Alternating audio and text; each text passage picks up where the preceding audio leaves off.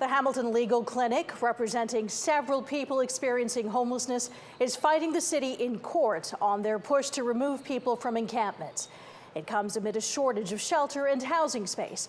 Nicole Martin joins us live with the details. Nicole, now this is all happening as we experience colder temperatures at night and just a few weeks before we head into winter. So clearly this is a big concern for many people.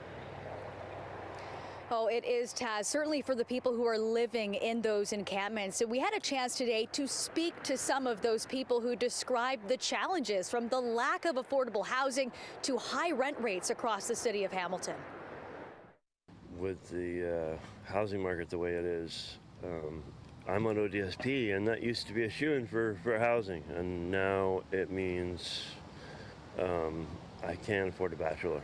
Jason Morrison and JJ Sobolski have been living here next to the West Harbor GO station.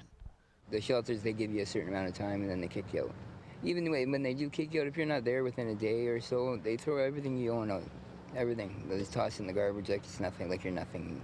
According to the city of Hamilton, there are 150 people living in encampments at any time. 150 lives Councillor Brad Clark worries about, especially with the winter months ahead.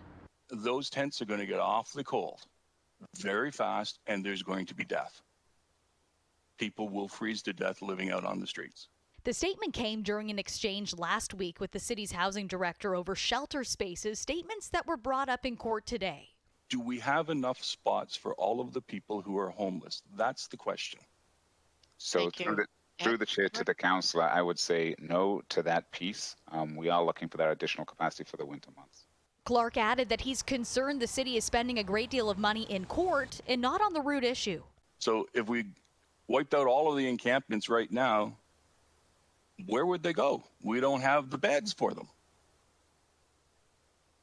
And so it's like the cart is before the horse. Right now, lawyers for the city are fighting a challenge by the Hamilton Legal Clinic. They're asking a judge to put an end to the bylaw enforcement that prevents camping on public property. They've challenged us by not allowing us to move people out of parks without having a good permanent place for them to go.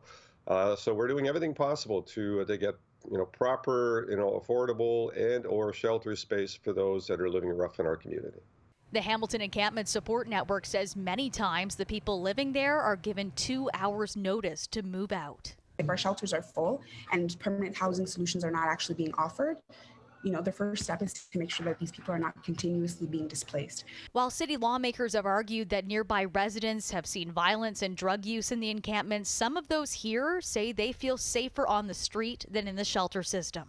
At the mission there, there was a good friend of mine that was killed there and that. And it was horrible. Right in the middle, right at lunchtime, he got stabbed. I'm sure you heard about that. It was horrible, yeah. And they believe the city should stay focused on providing permanent solutions. And next month, the director of housing is expected to put forward a proposal to city councilors when it comes to the winter months and housing those in encampments. But in the meantime, lawyers representing the city will be back in court on Thursday to continue their arguments.